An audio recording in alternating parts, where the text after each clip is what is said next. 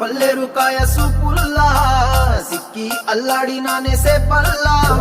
పసిడి పచ్చాని అరసేతుల్లా ధర పోస్తా ప్రాణాలు తానే అడగాల సీత